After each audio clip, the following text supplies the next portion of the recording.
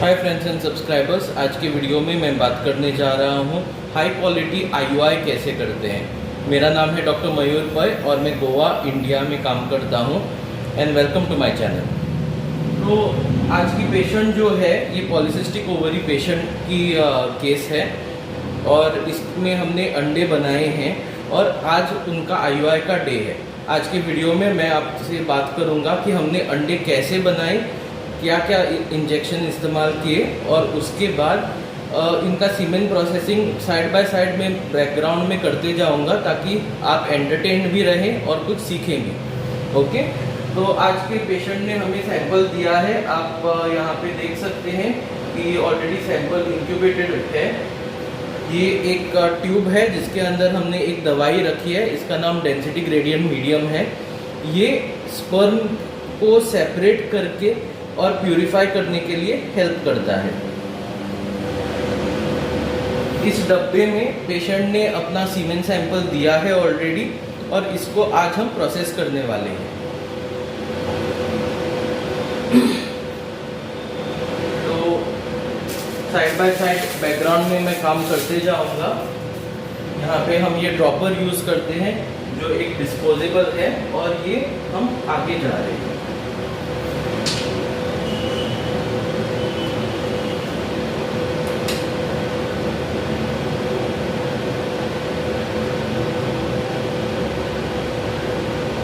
सबसे पहले आप देख सकते हैं कि हम सीमेन सैंपल को मेडिसिन के ऊपर लेयर कर रहे हैं।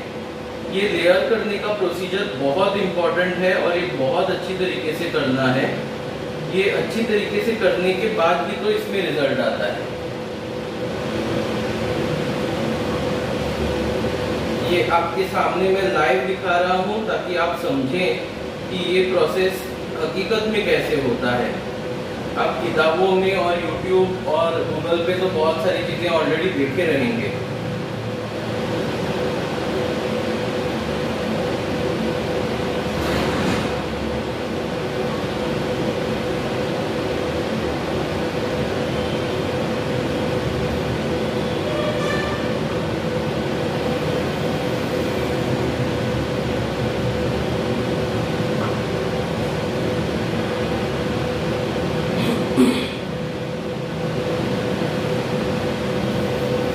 तो ठीक आपके सामने ये आपकी दवाई है जो डेंसिटी ग्रेडियंट मीडियम है और सीमेन सैंपल है ये। ओके, आप देख सकते हैं टोटल ऊपर तक सीमेन सैंपल रहेगा और ये रहेगा। और गौर करना बहुत ज़रूरी है कि इसके अंदर यहाँ पे बॉटम लेयर एकदम क्लियर है, ये जानना बहुत ज़रूरी है क्योंकि जब हम प्रोसेस करेंगे इसको, इसमें से सब कुछ सीमेन जो है वो ऊपर का ऊपर रहेगा। सीमेन यानी कि वो सफ़ेद चीज़ जिसको हम धातु बोलते हैं। स्पर्म यानी कि शुक्राणु या शुक्रजीव जैसे भी आप बोलते हैं वो नीचे आ जाएंगे, तो ये सेपरेट आउट हो जाएगा। ओके, इसको हम अभी सेंट्रीफ्यूज मशीन में डालते हैं और इसको प्रोसेसिंग स्टार्ट करते हैं।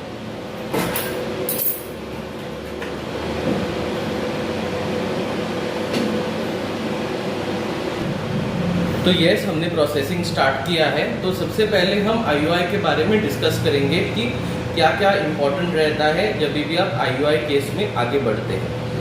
IUI एक इम्पॉर्टेंट प्रोसीजर है जिसको हम बेसिक प्रोसीजर बोलते हैं।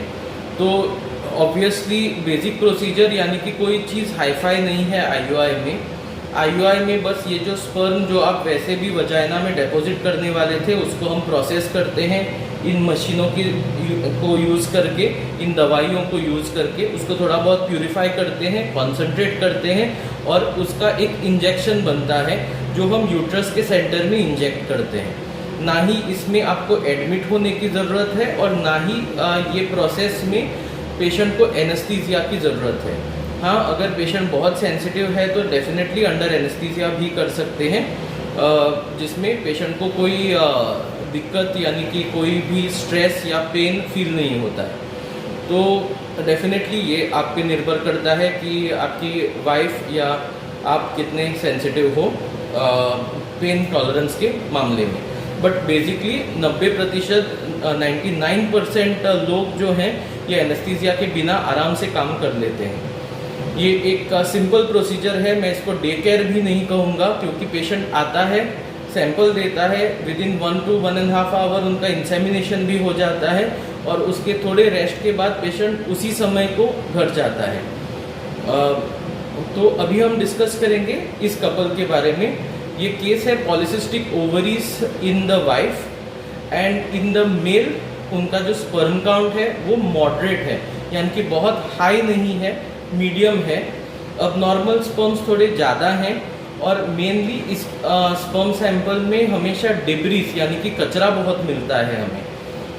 बहुत सारे ट्रीटमेंट्स कर चुका है ये पेशेंट और फाइनली हमारे पास आया है कुछ उम्मीद लेके कि हम उनको प्रेगनेंसी देंगे।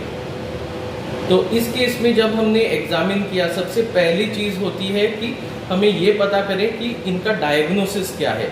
हाँ, बच्चा नहीं है ये सबको पता है, पर किस वजह से, कौन सी बीमारी के वजह से बच्चा नहीं है ये जानना बहुत ज़रूरी है। वाइफ के अंदर जब हमने अल्ट्रासाउंड किया, अल्ट्रासाउंड यानी कि योनि के द्वार से अल्ट्रासाउंड किया, जिसको हम ट्रांसवजाइनल अल्ट्रासाउंड कहते हैं, जब हमने ये प्रोसेस किया तब हमें पता चला एग्जैक्टली प्रॉब्लम क्या है।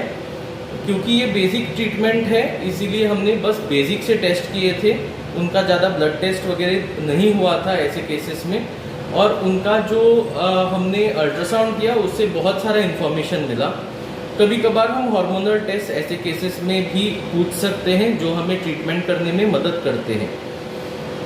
इस केस में हमने स्टार्ट किया एक सिंपल से टैबलेट के इस्तेमाल से, जिसको लेट्रोजोल कहते हैं।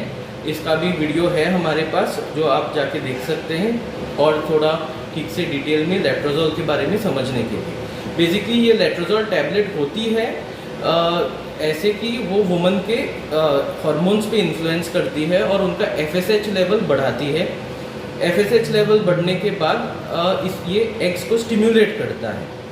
ऑल्सो इस पर्टिकुलर केस में हमें पता था कि इनके अंडे अच्छे से नहीं आने वाले, इसीलिए हमने एट द सेम टाइम एक एडिशनल मेडिसिन को इस्तेमाल किया जिसको RFSH कहते हैं। तो RFSH का भी वीडियो है हमारे पास। आपके स्क्रीन पे मैं RFSH ऐसे बस दिखाने वाला हूँ ताकि आप समझें कि RFSH होता कैसा है। तो आपके स्क्रीन पे यहाँ पे this is a box of RFSH, आप पढ़ सकते हो यहाँ पे पॉलीट्रोपिन अल्फा यानी कि RFSH। ये जो चीज़ है ये रिकॉम्बिनेंट DNA टेक्नोलॉजी से बनती है और इसमें जो ड्रग की प्यूरिटी रहती है वो मैक्सिमम रहती है, ऑलमोस्ट 100% प्यूरिटी रहती है। इसमें आप देख सकते हो कि एक पैकेट के अंदर 300 इंटरनेशनल यूनिट्स आते हैं। तो हमारे पेशेंट को इसके डोजेस देते जाते हैं। इस केस में हमने ऑलमोस्ट 450 इंटरनेशनल यूनिट्स को यूज़ किया, जिसको हमने थोड़े थोड़े स्मॉल डोजेस में पेशेंट को दिया है, जिसमें उनके अंडे बन गए हैं। इस पेशेंट में हमने 2 अंडे बनाए हैं जो एक ही साइड में है, जो राइट ओवरी में है। एक का 16 साइज निकला और दूसरा जो अंडा है 19 mm का बन गया। तब हमने डिसीजन दिया कि बहुत मैच्योर लग रहा है और आगे हम IUI प्रोसेस करेंगे। कपल ने और बाकी सब छोटे छोटे ट्रीटमेंट्स किए थे, पर हम ऑलवेज रेकमेंड करते हैं कि छोटे ट्रीटमेंट अगर आप कर रहे हो जैसे कि टाइम्ड इंटरकोर्स, तो 6 बारी के ऊपर मत कीजिए। 6 बार का मैक्सिमम आप टाइम उसमें रखिए। 6 बारी यानी कि 6 साइकिल्स में अगर आपका छोटे ट्रीटमेंट यानी कि टाइम्ड इंटरकोर्स में अगर कंसेप्शन नहीं हो पा रहा है तो एडवांस ट्रीटमेंट्स या एडवांस टेस्ट की ज़रूरत है आपको। इस केस में सब एडवांस टेस्ट हो चुके थे पेशेंट यहाँ पे आने के पहले, तो मुझे वापस रिपीट करने नहीं पड़े। ट्यूब्स पेशेंट्स के ओपन हैं जो HSG टेस्ट ने ऑलरेडी प्रूव किए हैं पिछले उनके लास्ट डॉक्टर के यहाँ पे। तो हमने डायरेक्टली IUI प्रोसेस स्टार्ट किया है। अंडे बन गए हैं और आज उनका सीमेन सैंपल हस्बैंड ने दिया है। हमारी घड़ी पे करीबन टाइम फ़िलहाल वीडियो के टाइम पे 1 o'clock बन गया है। पेशेंट आया था रफली 11:30-12 तक, सैंपल दे चुका है।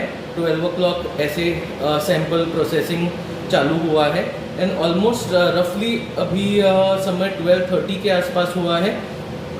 1 o'clock तक सब कुछ रेडी होगा और पेशेंट को इंसेमिनेशन भी होगा। उसके बाद पेशेंट एक 15 मिनट से हाफ एन आवर तक रेस्ट करेगी और उसके बाद पेशेंट घर जाती है। ये बहुत सा सिंपल सा प्रोसेस है। घर जाने के बाद ये पेशेंट कोई भी स्पेशल प्रिकॉशंस नहीं लेगी, क्योंकि स्पेशल प्रिकॉशंस लेने की ज़रूरत भी नहीं है ऐसे केसेस में। ओके, अभी हम सीमेन प्रोसेसिंग के बारे में बात करते हैं। तो यहाँ पे डिब्रीज को निकालना, यानी कि सीमेन सैंपल में से कचरे को निकालना बहुत बहुत इम्पॉर्टेंट है। तो इसीलिए ये पूरा प्रोसेस आपके सामने हम लाइव दिखा रहे हैं, ताकि आपकी जानकारी बढ़े, आपका डर निकले IUI से, क्योंकि IUI एक इतना बेसिक सा प्रोसेस है जो कोई भी आराम से जाके कोई भी जनरल फर्टिलिटी क्लिनिक में कर सकता है। इसको बहुत सारे हाई-फाई फैसिलिटीज़ की ज़रूरत नहीं है, जैसे कि IVF। ये बहुत बहुत बहुत सिंपल है। आज के वीडियो का मेन एक उद्देश्य है आपको एक बोलने के लिए कि IUI प्रोसेस से कंसेप्शन रेट बहुत हाई होता है अगर आप एक अच्छे स्पेशलिस्ट के यहाँ पे जाते हैं। पर हम ऑलवेज नोटिस करते हैं कि पेशेंट छोटे ट्रीटमेंट में इतना समय बिताता है, इतना इंटरेस्टेड रहता है छोटे ट्रीटमेंट में, कि वो बड़े ट्रीटमेंट यानी कि उनको लगता है कि IUI एक बड़ा ट्रीटमेंट है। ऐसी सोच की वजह से जब तक पेशेंट IUI के लिए रेडी होता है, उनकी एज बढ़ जाती है, स्पर्म काउंट घट जाता है और अन्य बीमारियां भी ऐसे केसेस में आ जाती हैं। तो IUI बेसिकली जल्द से जल्द करना बहुत ज़रूरी है। अगर आप प्रयास कर रहे हैं और फर्टिलिटी ट्रीटमेंट कर रहे हैं और एक 6 महीने तक आपने कोशिश की और उससे कुछ नहीं हुआ, definitely I would blindly advise you to go and upgrade to IUI। अभी जैसे मैं मेरे ऑलमोस्ट हर IUI वीडियो में कहता हूँ, IUI का भी एक टारगेट लिमिट रहता है। Maximum of 6 to 8 IUIs life time में किए तो बहुत हो गए, इसके ऊपर ना करें।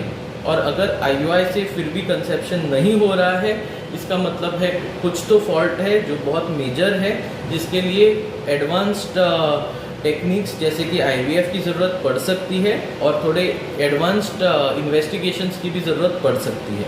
ये आपका डॉक्टर डिसाइड करेगा, आप नहीं डिसाइड करोगे। आप बस फाइंड आउट करोगे कि कौन सा डॉक्टर आपकी एरिया में बेस्ट है और आप वहाँ पे जा सकते हो आपका ट्रीटमेंट कराने के लिए। जितना कम एज पे आप ट्रीटमेंट करते हो, उतना आपका प्रोग्नोसिस यानी कि बच्चा होने की संभावना बहुत ज़्यादा होती है। उम्र जब आप इंक्रीज करके लेके आते हो, please don't blame the doctor, blame only yourself. अगर आपकी उम्र बहुत हाई होती है या मैरिड लाइफ यानी कि शादी होके बहुत सारा समय आप बिताते हो बिना सही ट्रीटमेंट के, ब्लेम ओनली योरसेल्फ। क्योंकि अगर आप बैड प्रोग्नोसिस यानी कि बहुत बुरा केस लेके आपके फर्टिलिटी स्पेशलिस्ट के पास जाते हो, डेफिनेटली आपका टाइम टू कंसेप्शन बहुत लंबा होगा।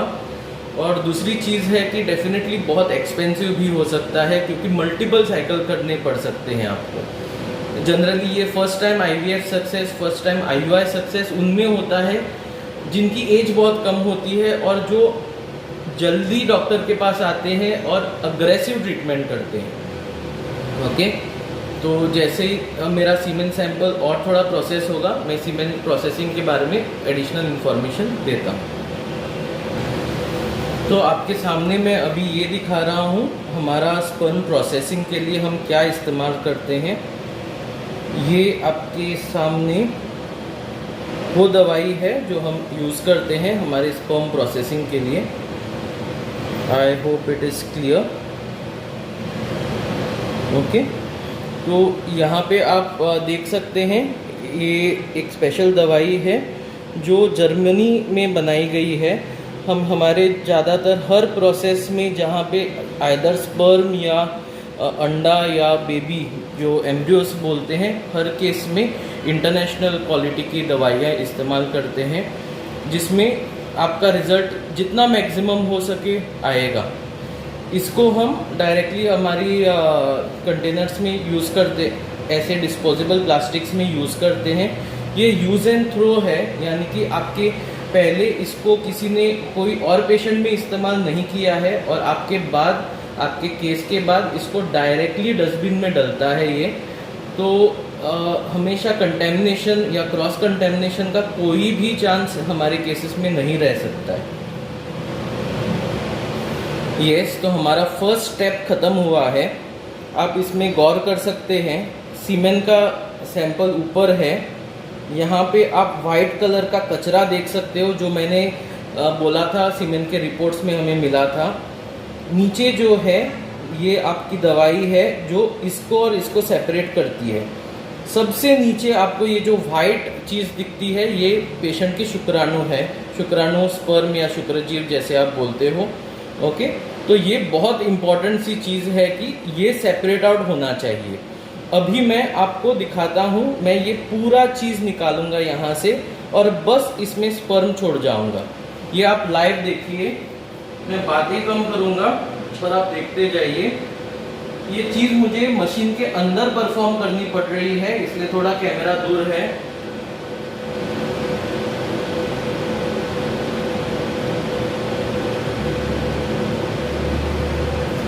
ये पूरा कचरा है जो सैंपल से निकला है, जिसको मैं बाहर आउट कर रहा हूँ।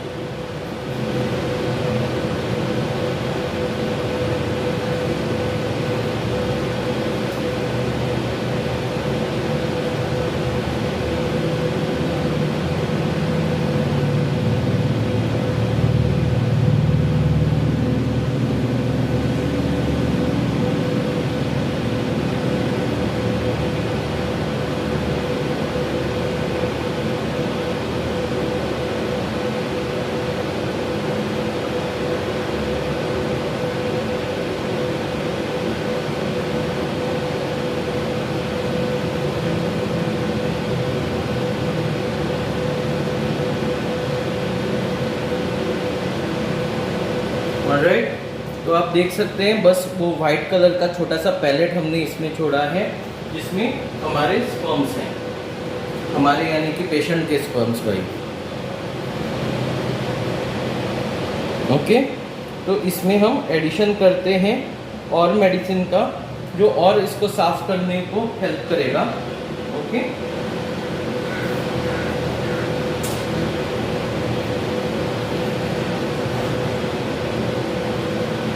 तो आप देख सकते हैं वापस इसको रिकॉन्स्टिट्यूट किया है, तो हमारी दवाई में वापस स्पर्म जैसा कलर आया है और इसको हम रीफिल्टर करेंगे सेकेंड टाइम में। इसमें इसका जो प्यूरिटी है और बढ़ जाएगा और इसका कॉन्सेंट्रेशन और स्ट्रॉन्ग हो जाएगा। तो चलो अभी हम बात करेंगे IUI के कॉस्ट के बारे में। इस पेशेंट ने इस प्रोसेस पे कितना कॉस्ट इनकर किया रहेगा। तो ये केस बहुत सिंपल सी है। इसमें ये उनका फर्स्ट IUI साइकिल है हमारे सेंटर में। तो IUI के जो कॉस्ट है मैं बहुत इजी तरीके से एक्सप्लेन करता हूँ। IUI के दो पार्ट्स रहते हैं। जो फर्स्ट पार्ट है उसमें अंडा बनाना इम्पॉर्टेंट है, दूसरा पार्ट है वो IUI पर से का पार्ट है। IUI इजी सिंपल सी भाषा में समझाता हूँ, हस्बैंड के स्पर्म को इंजेक्शन में करने का प्रोसेस है। इस प्रोसेस में हमारे यहाँ पे बहुत फिक्स्ड कॉस्ट है, इट इज़ 15,000, दैट इज़ 15,000। ये एक सिंपल डायरेक्ट प्रोसेस है, तो हमें उसका कॉस्टिंग डायरेक्टली पेशेंट को काउंटर पे जाना होता है, 15,000 की रिसीट करनी होती है और IUI का पेमेंट हो गया। पर IUI आप तब कर सकते हैं जब आपके पास अंडे रहेंगे, मैच्योर अंडे रहेंगे। हर पेशेंट को उनके बीमारी, उनके एग काउंट के अनुसार अंडे बनाने होते हैं।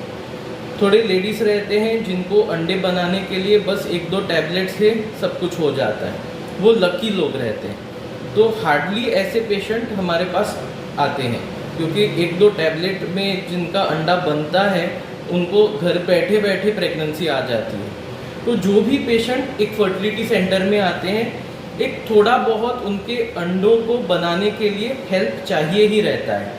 ये सिचुएशन ऑलमोस्ट मैं सोचता हूँ 70 से 80% लेडीज़ का होता है। मैं ये नहीं कह रहा हूँ कि नेचुरली उनको अंडे नहीं बनते, पर जब वो इंजेक्शन्स और टैबलेट्स का इस्तेमाल करते हैं तो उनके जो अंडे हैं थोड़े बहुत ज़्यादा फर्टिलिटी के साथ आते हैं। कभी कभार उनके 1 से अधिक अंडे आते हैं जो आपकी फर्टिलिटी बढ़ा सकते हैं। तो जैसे कि इस केस में हमारे ये वाले पेशेंट ने RFSH इस्तेमाल किया है। तो RFSH का कॉस्ट कितना है आप यहाँ पे देख सकते हैं। RFSH का जो कॉस्ट है वो 9,300 रुपीज़ है। 9,300 रुपीज़ में आपको 300 इंटरनेशनल यूनिट्स मिलते हैं। इस पेशेंट ने रफली जो कॉस्ट किया है वो आपके इस ड्रग पे किया है। इस ड्रग को हमें स्मॉल इंक्रीमेंट्स में देना पड़ता है पेशेंट को। कभी कभी सेट्रोरेलिक्स या गैनीरेलिक्स भी लग सकता है और थोड़ा फर्टिलिटी बढ़ाने के लिए। तो आप रफ एस्टिमेट एक ले सकते हो। आपके फर्स्ट IUI साइकिल में अच्छे क्वालिटी के अंडे अगर बनाने हैं तो रफली एक 10,000 से 15,000 का आप इन्वेस्टमेंट रखो, जिसमें अच्छी वाली दवाइयाँ इस्तेमाल हो सकती हैं। RFSH एक थोड़ी बहुत महंगी दवाई है, पर इससे जो अंडे बनते हैं वो डेफिनेटली नेचुरल साइकिल से बहुत पावरफुल रहते हैं और पेशेंट एटलीस्ट कुछ एक्सपेक्ट कर सकता है प्रेगनेंसी के नाम पे in the first few cycles. मैं ये प्रॉमिस नहीं कर रहा हूँ कि आपने इंजेक्शन लगाया है तो डेफिनेटली बच्चा हो ही जाएगा, डेफिनेटली ऐसा नहीं रहता है। पर एटलीस्ट हम एज डॉक्टर्स क्या कर सकते हैं, हम हाई क्वालिटी अंडे बना सकते हैं, गुड क्वालिटी इंसेमिनेशन कर सकते हैं। बाकी सब भगवान की मर्जी है।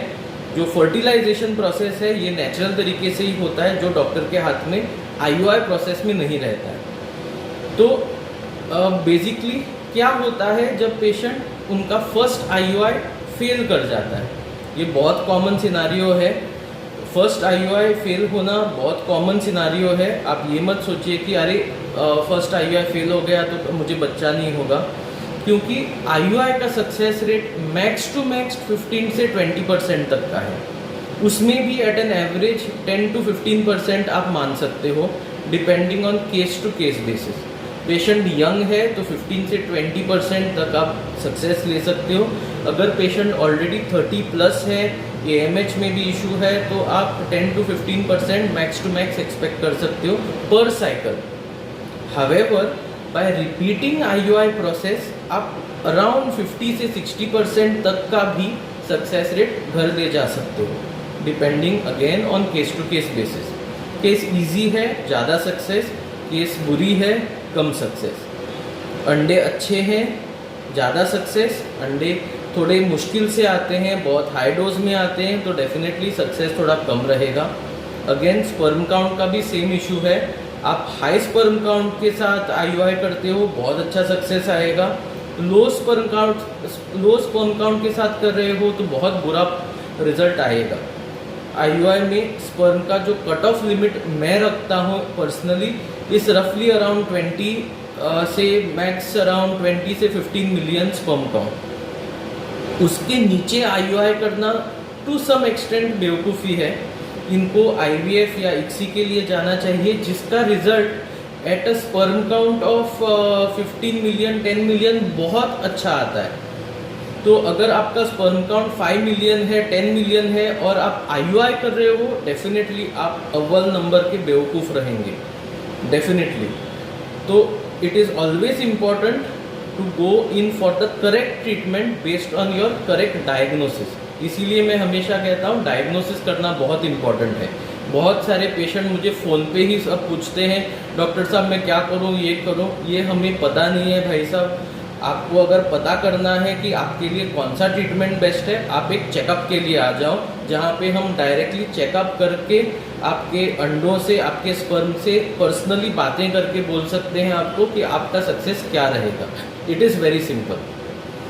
तो अभी मैं बोल रहा हूँ कि फर्स्ट IUI फेल होने के बाद नेक्स्ट क्या होता है। डेफिनेटली हम डोज जो है वाइफ का बढ़ाते हैं।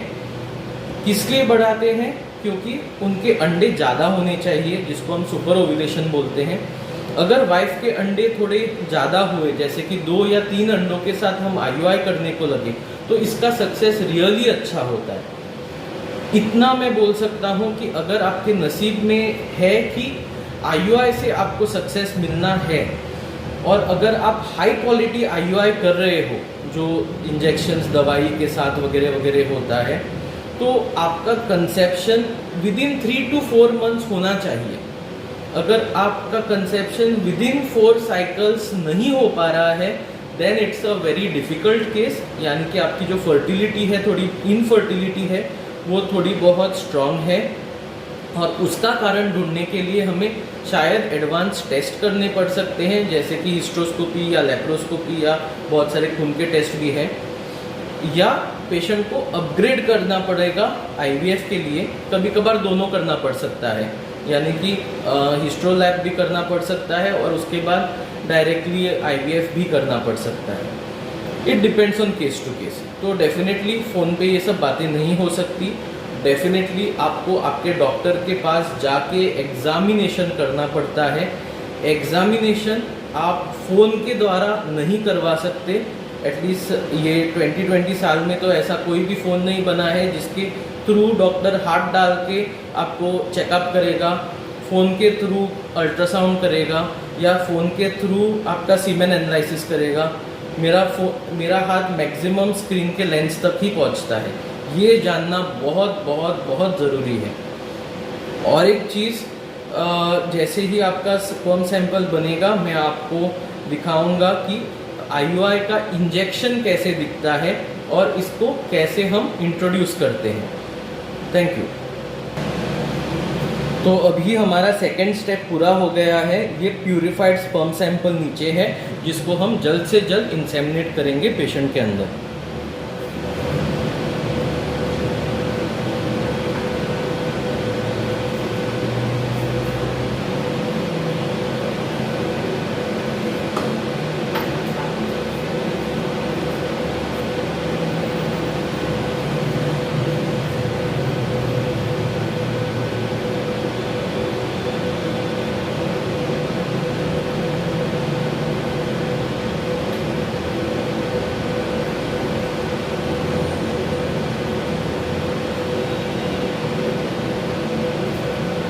तो ये आप देख सकते हैं आपका फाइनल इंसेमिनेशन करने वाला प्रोडक्ट क्या है।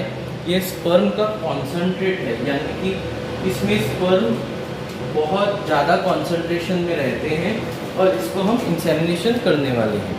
ये आईयूआई का कैन्यूला है जिसको हम आईयूआई कैथेटर या आईयूआई कैन्यूला बोलते हैं। ये आप देख सकते हैं प्लास्टिक का है और ये फ्लेक्सिबल है, यानी कि ये पेशेंट को कोई नुकसान नहीं पहुंचाएगा, पेशेंट के यूट्रस को भी कोई नुकसान नहीं पहुंचाएगा और ये ज़्यादा ट्रॉमा यानी कि इंजरी नहीं करेगा यूट्रस को। तो आप दूसरी चीज़ भी देख सकते हैं, ये जो भी है डिस्पोजेबल है, यानी कि ये आपके रैपर से खुल जाता है, पेशेंट में हम इस्तेमाल करते हैं और इसको हम थ्रो आउट करते हैं, यानी कि डस्टबिन में पहुंचता है ये। तो इसमें मिक्सिंग या क्रॉस कंटेमिनेशन का कोई भी सवाल नहीं होता।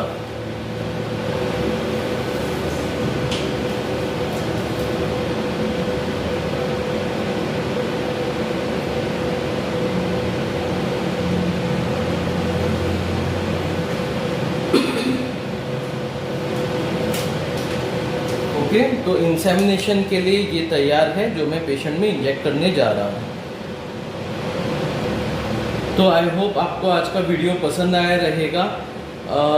जो प्रोसेस है आईयूआई का मैंने as best as possible explain किया है। कोई सवाल है तो आपके कमेंट सेक्शन में ज़रूर डालिए। Thank you very much, have a great day.